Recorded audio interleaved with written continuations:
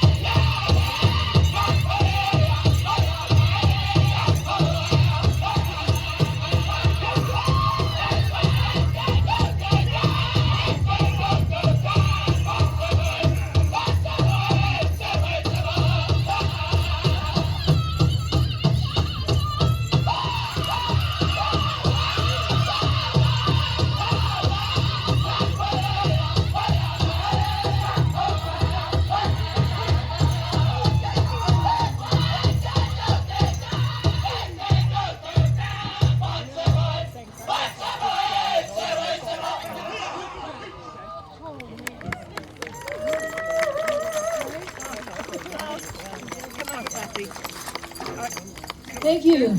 As Native people, we have many different styles of dancing, and the powwow style of dancing is really social dances.